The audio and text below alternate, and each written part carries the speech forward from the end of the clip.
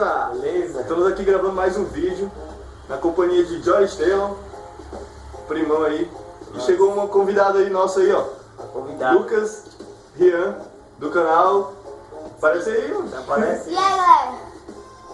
É o Lucas do canal Splitter Games. Eu vou lá. Estamos aí sem nada pra fazer aqui no domingão, né? Nada pra Se reunimos aqui pra fazer uma brincadeirinha. Ri, se fudeu. Quem não pedi? Tu não tá, ninguém tá te vendo aí não, você tá no colo de olho aqui. Senta, mozinho. Ele vai pra cá. Ele vai dar muito tanto. Tá aí, fica aí. Pronto, ó. É isso mesmo. Pronto. Vou explicar a brincadeira. A pessoa coloca, enche a boca de água e a outra tem o dever de fazer ela sorrir. Fazer qualquer coisa, só não pode empurrar, bater na pessoa, né?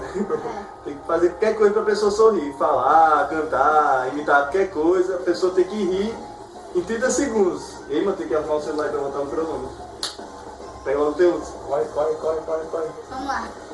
Aí, 30 segundos. Se a pessoa não rir em 30 segundos, perdeu. Aí troca. A pessoa vai beber água e a outra vai tentar fazer ela rir. Então, vamos começar. Eu sou o Leandro Martins e vai começar mais uma doideira de jogo aqui. Cronômetro no celular, na tela não. Esse cabaré. Vai, tem que encher a boca de água mesmo, é Quem cheio. vai fazer aí? Ei, não é pra beber não, mano. Vai. Valendo. Vai começar eu tentando fazer ele rir. Ó, galera, presta atenção na boquinha dele. Olha a boquinha dele. Todo mundo tá olhando a boquinha dele. Lembra daquele dia da velha cagando e eu... Aí, para lembrar que tem o copo aqui. Tem o balde aqui pra ele cuspir dentro. Ó, presta atenção. 25 segundos, pai. Ei, tu peidou, tu peidou. Ah, droga, perdi, acabou o tempo. Ah, agora quem fazer quem aqui? Vai. É merenda.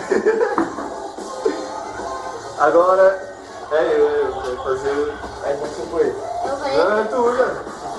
Né? Ah, vai, viu? Coloca o tempo aí, zero aí. Quero zerar.